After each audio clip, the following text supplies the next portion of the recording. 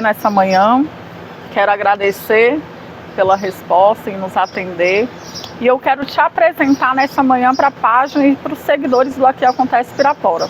Para quem não te conhece, você é o André Malaquias, turismólogo, gestor do IGR Guimarães Rosa e presidente da APAI de Curvelo. Mas o que eu gostaria de saber nessa manhã, e muita gente também não sabe, como eu não sabia, o que é um turismólogo? Bom dia, né? Primeiro, prazer estar aqui, obrigado pelo convite. Isso mostra que o trabalho que a gente vem fazendo, ele de fato está prosperando, porque a falar de turismo no Brasil, de uns anos para cá começou a melhorar, mas quando eu iniciei na profissão de turismólogo, né, era mais difícil, porque é um setor econômico pouco conhecido por todo mundo de uma forma geral. E muito bom estar aqui, né, às margens do São Francisco com chuva, coisa maravilhosa. Adoro Pirapora, é uma cidade das que estão no circuito Guimarães Rosa, né, da instância de governança Guimarães Rosa, Buritizeiro na outra margem. Então, vamos lá, turismólogo, né? Turismólogo é o profissional que estuda o fenômeno do turismo, de todas as atividades, que trabalha com o desenvolvimento das atividades, planejamento, tudo que se pensa em termos de turismo. Então, o turismo ele é um fenômeno econômico. Sim. Acontece quando pessoas se deslocam do seu local de moradia habitual para outra região, seja motivado por lazer, seja motivado por negócios, enfim, por praia fluvial, por praia de mar, enfim, as mais variadas motivações. Tem o turismo religioso, tem o turismo estudantil. Então as pessoas se deslocam e nesse local onde elas vão ficar temporariamente, elas vão consumir, elas vão movimentar uma cadeia econômica gigantesca. Então esse fenômeno, ele é o fenômeno do turismo, que é onde a gente entra com o trabalho para que ele de fato aconteça. Algumas áreas, alguns segmentos acontecem de forma muito natural, porque o atrativo já tem um apelo para isso. Então o litoral brasileiro, independente de acontecer um trabalho planejado, o turismo ali vai acontecer. Agora, quando você tem um estudo do fenômeno econômico do turismo, em qualquer localidade que seja, você consegue minimizar possíveis impactos e maximizar resultados, porque você envolve todos os atores, todos os elementos que porventura vão ser impactados ou podem impactar no resultado final do turismo, e você vai aparando, ajustando ali à medida da necessidade. Então, hospedagem, alimentação, transporte, segurança pública, infraestrutura viária, tem um conjunto de elementos que impactam o desenvolvimento do turismo e que, por sua vez, também são impactados. Porque às vezes você tem uma estrutura ali que comporta uma população de 20 mil habitantes e, de repente, você começa a ter um fluxo turístico e que vai crescendo desordenadamente. Esse fluxo ele vai impactar economicamente em alguns setores, mas ele vai impactar negativamente a estrutura se ela não acompanhar o crescimento do fluxo. E para quem não conhece o que é o Instituto Guimarães Rosa, qual é o seu papel dentro dele? Então, a instância, né, a instância de governança regional de Turismo e Cultura Guimarães Rosa, ela é uma entidade que representa o programa de regionalização do turismo do Ministério do Turismo da Secretaria de Estado de Cultura e Turismo. O programa de regionalização, ele nasceu em Minas Gerais, cerca de 25 anos atrás, e ele foi evoluindo na época em que Minas estava trabalhando a regionalização do turismo.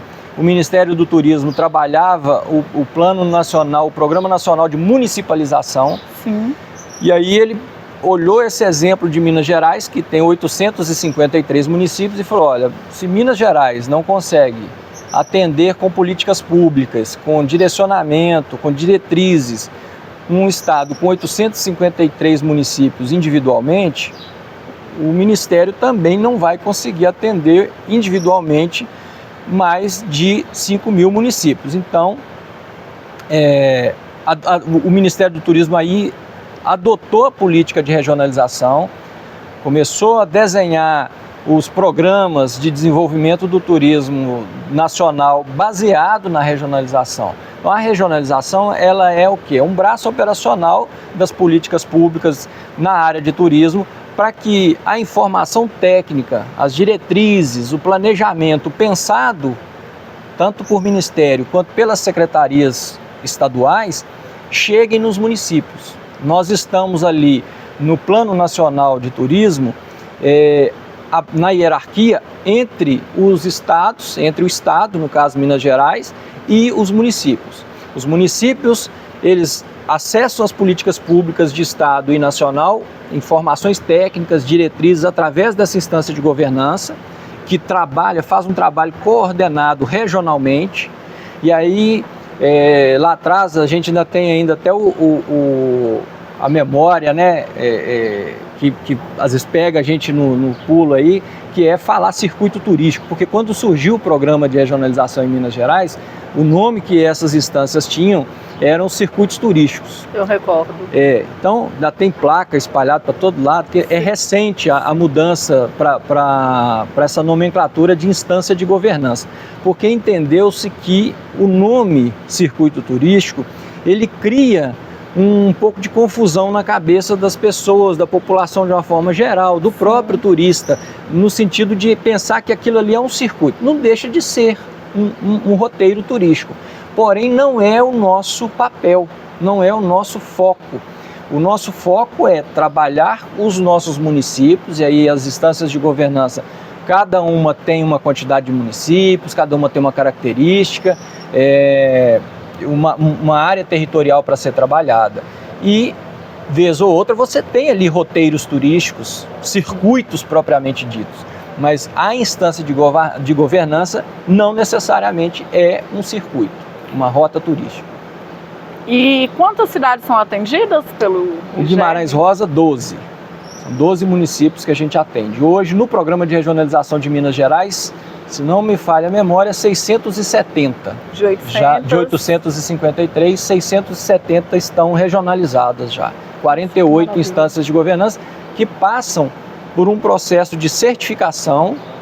Então, nós somos certificados, avaliados e validados anualmente, tanto pela Secretaria de Estado quanto pelo Ministério do Turismo. Então, não é uma entidade solta que executa o trabalho do jeito que ela bem entende. A gente tem autonomia para planejar de acordo com o território, até pela própria diversidade que cada região tem, Sim. mas seguindo diretrizes bem específicas do Ministério e da Secretaria de Estado. E em qual momento você percebeu que queria trabalhar com turismo?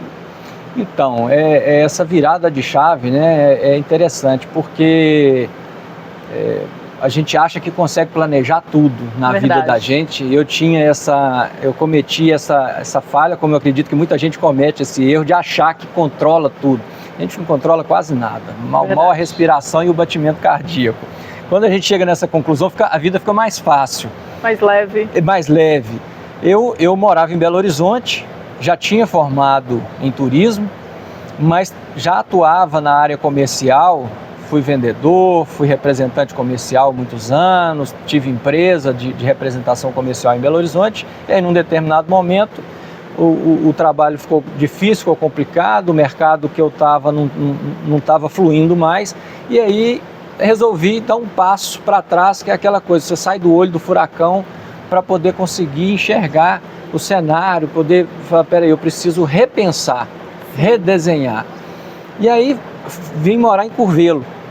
Mudei para Curvelo, e lá em Curvelo imediatamente, por coincidência, era início de uma administração municipal, e aí eu fui chamado para atuar como chefe do departamento de turismo.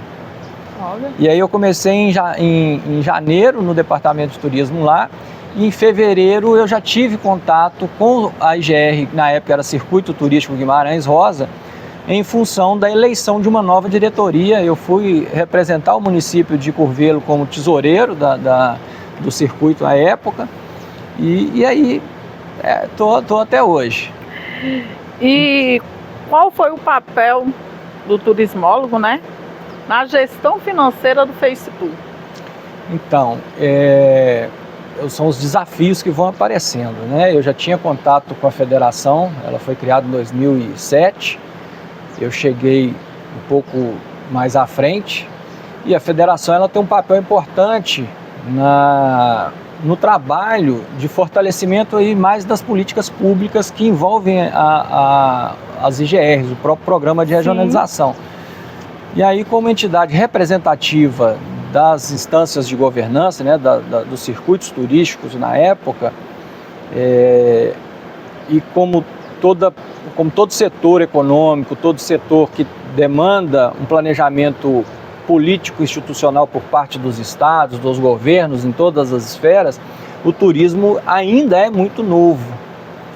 Se a gente for olhar um país do tamanho do Brasil, um setor econômico que de 30, 40 anos para cá ele passou de fato a começar a ser visto como setor econômico, porque antes a economia do turismo ela era difundida em vários outros setores, então a gente é muito novo ainda. A política de turismo de Minas Gerais ela é de 2017.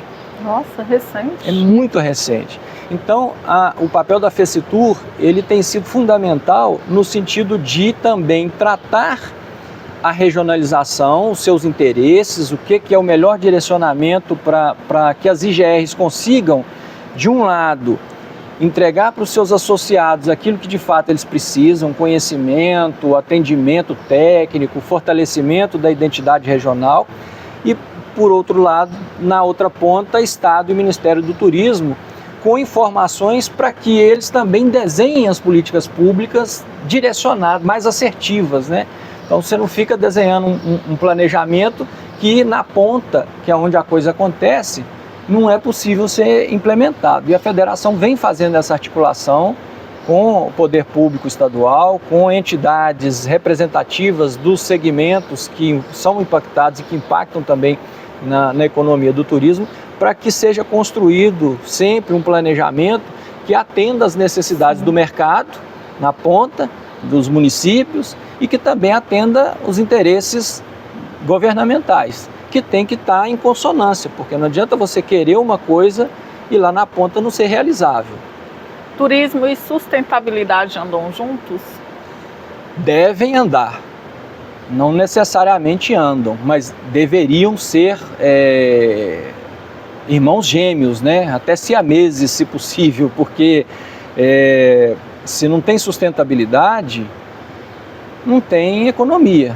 Se você perguntar para um empresário que monta um negócio qualquer, se ele está montando por prazer, por lazer, ele vai falar que não, ele está montando porque ele precisa do negócio ser sustentável, pagar as contas, gerar condições financeiras para poder remunerar os funcionários e ter remuneração, retorno financeiro para o empresário e inclusive prosperar, crescer. Então, se o turismo como atividade econômica não for sustentável, em algum momento, alguma parte do processo vai ruir, vai falhar. Quais são os desafios que você enxerga para transformar o potencial turístico de uma cidade, né, de uma região, em resultados concretos? Olha, acho que um dos principais desafios que a gente enfrenta é a falta de conhecimento do que o turismo impacta na vida das pessoas. Verdade. Se principalmente administradores públicos percebessem, já melhorou muito, mas se percebessem o quanto o turismo é capaz de transformar vidas, de transformar economia em desenvolvimento social, porque não existe desenvolvimento social sem recurso financeiro. Verdade. Aí é assistencialismo só. Então, desenvolvimento social ele está diretamente atrelado a desenvolvimento econômico, onde você tem pessoas trabalhando, sendo remuneradas, produzindo e uma cadeia girando, uma cadeia econômica girando. E o turismo, do ponto de vista econômico e do estudo que a gente faz, é a maior indústria no mundo. O turismo ele não faz distinção, isso é uma coisa que eu falo quase como se fosse um mantra.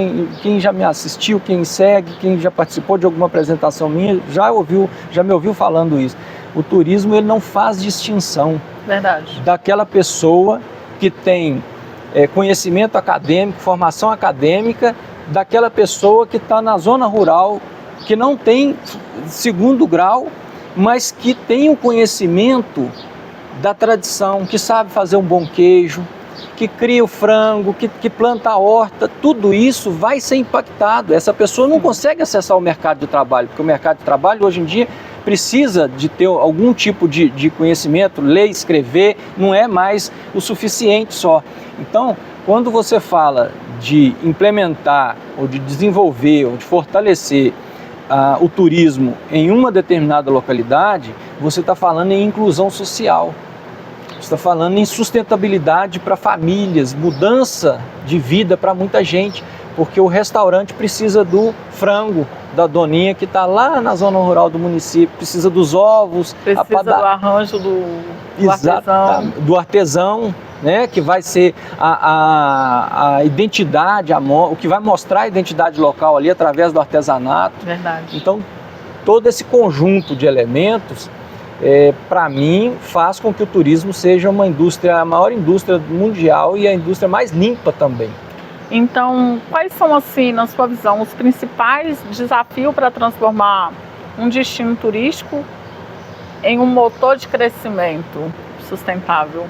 Tá. O turismo ele se sustenta, ou seja, ele está baseado em um tripé. A gente está com um tripé ali segurando a filmagem, né? O tripé, o próprio nome diz, três pernas. O turismo ele precisa do poder público, que é quem vai traçar as diretrizes de políticas públicas, é quem tem a obrigação legal de ordenar, de criar os ordenamentos políticos, institucionais, infraestrutura, segurança pública, saneamento básico, etc. Então é uma das pernas desse tripé. O turismo precisa da iniciativa privada, porque o poder público não vai montar um restaurante, uma lanchonete, uma sorveteria, um posto de gasolina, um hotel, pousada, uma transportadora. Então precisa se dar iniciativa privada e, não menos importante, sociedade civil, porque são as pessoas que fazem a máquina funcionar. O carro sem o motorista não sai do lugar. Aliás, eu vou corrigir porque hoje em dia já está saindo, né? Mas enfim, fazendo uma analogia a alguns tempos atrás, o carro sem motorista não saía do lugar. Então é preciso que as pessoas operacionalizem, são as pessoas que vão ocupar os postos de trabalho, nas oportunidades que vão passar a surgir. O empresário é aquele que está lá fazendo juntando o seu dinheirinho ali, trabalhando e tal, e de repente ele vê uma oportunidade, fala, opa, está crescendo o número de pessoas que estão vindo aqui, eu moro às margens do rio, eu gosto de sair de barco, já tenho a minha carteira para sair de barco e tal, eu vou começar a transportar pessoas para fazer passeio no rio. Então, as pessoas, os empresários e as pessoas vão começando a perceber oportunidades e vão empreender nisso, porque o poder público não tem como fazer isso. Aí já é aquele peixe frito que é vendido na hora. É o peixe frito. Você tem lugares que a gente vai que isso, a população respira turismo. Cita uma cidade que respira turismo. Eu fui em Fortaleza, foi um negócio assim, que foi uma imersão interessante, porque você está sentado na praia, vem uma moça e fala assim, eu posso te dar uma demonstração de massagem para você relaxar e tal? Nossa, que bacana! Ela tem uma clínica de massagem ambulante e assim, a massagem dela é um espetáculo e ela faz massagem nos pés, no ombro, faz o que você quiser. R$50 a massagem de 20 minutos, ela te dá uma demonstração de 5 minutos. 5 minutos fazendo uma boa massagem, você fala assim, não tem jeito, não, eu pago 50. Entendeu? E aí tem o outro vendendo espetinho, tem o outro vendendo boné, tem o outro vendendo chaveiro, tem o outro... Vende-se de tudo. Tudo gera trabalho. Trazendo para Minas Gerais, compartilhe um caso de sucesso pra gente. de um destino? Sim. Nós temos aí destinos interessantes, nós temos Ibitipoca, tem várias na verdade, eu não quero correr o risco de não citar algum, e algum gestor de IGR, graças a Deus sou conhecido no estado todo, algum gestor fala, você não citou a minha cidade, mas a gente tem alguns que chamam a atenção, que eu conheci também, que é a região de Ibitipoca, lá em Lima Duarte. Nós temos Monte Verde, que pertence a Camanducaia, que é um distrito pequeno também, lindo, que perfeito. se sobressai de forma incrível.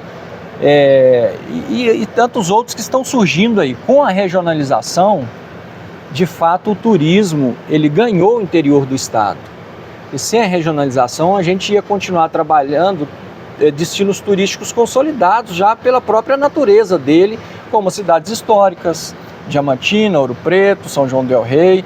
Tem um turismo bacana, tem um turismo já há mais tempo, e outras regiões que têm características turísticas, que têm uma potencialidade turística, cachoeiras, etc., ainda não tinham percebido isso. Eu fui criado no interior e na fazenda, na região que eu fui criado, quando eu era pequeno, as pessoas, eu ouvia muito isso, né? Quem vai vir num lugar desse aqui? Aqui é lugar de ir embora. Porque a estrada é ruim, porque não sei o quê. Hoje em dia você pega Milho Verde, que é distrito do Cerro, você pega São Gonçalo do Rio das Pedras, que é distrito de Diamantina, você pega Biribiri, são lugares que para você chegar, você precisa passar por estrada de terra, as pessoas precisam se deslocar dos grandes centros para ir lá conhecer, e elas se deslocam e pagam caro para ir. Muitas vezes o turismo ele é visto apenas como lazer. Somente lazer, mas ele traz um impacto na economia que nós vemos. E como você acha que pode ser melhorado para aproveitar, assim, um aproveitamento geral e impulsionar a região? O poder público ele tem que envolver. Se ele não envolver, ele não consegue acessar o empresário, ele não consegue sensibilizar, ele não consegue estimular. O poder público não gera emprego, o poder público, na verdade, ele impulsiona, ele estimula que as coisas aconteçam, a economia gire.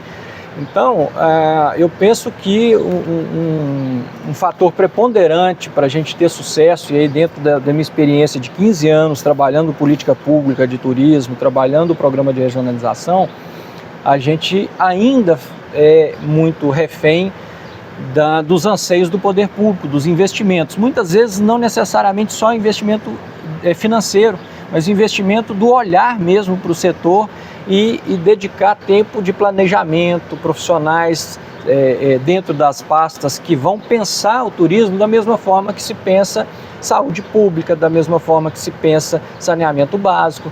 Todas essas áreas precisam de planejamento para saber o que você tem, qual é a entrega que você precisa fazer, quanto tempo você tem para fazer isso e quais são os recursos que você tem necessidade de investir, porque senão não vai funcionar.